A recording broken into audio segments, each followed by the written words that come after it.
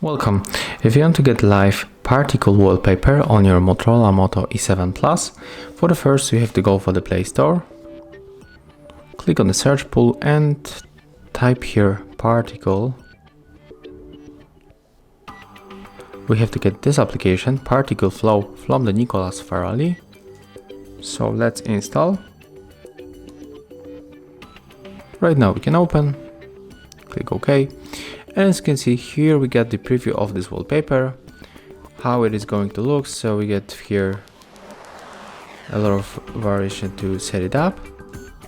I think it's very fun and enjoyable to have it on your screen. So right now we have to close it. Click and hold the home screen, click on the wallpapers, then just simply scroll down to enter the live wallpapers and pick up our particle flow. Click right here to set a wallpaper, and as you can see here we got this animated live wallpaper on our Motorola Moto E7 Plus.